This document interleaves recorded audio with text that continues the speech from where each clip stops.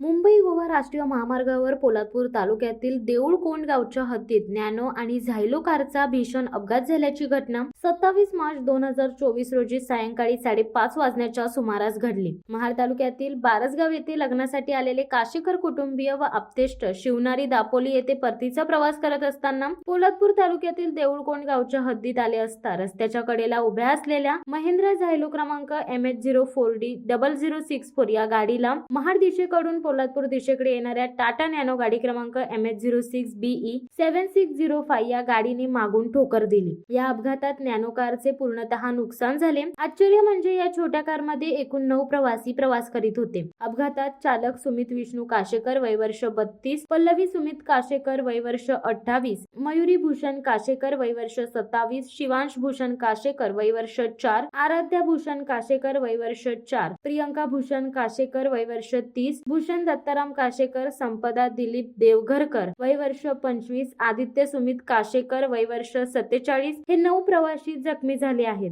अपघातातील जखमींना तात्काळ पोलादपूर पोलीस ठाणे येथील कर्मचारी, नरवीर रेस्क्यू टीम व श्रीकाळ भैरवनाथ रेस्क्यू टीम यांच्या मदतीने पोलादपूर ग्रामीण रुग्णालय येथे प्राथमिक उपचाराकरिता दाखल करण्यात आले व पुढील उपचारासाठी 107 रुग्णवाहिकेने वालावकर ग्रामीण रुग्णालय डेरवन येथे हलवण्यात आले आहे। अपघाताचा अधिक तपास पोलादपूर पोलीस ठाण्यामार्फत सुरू आहे।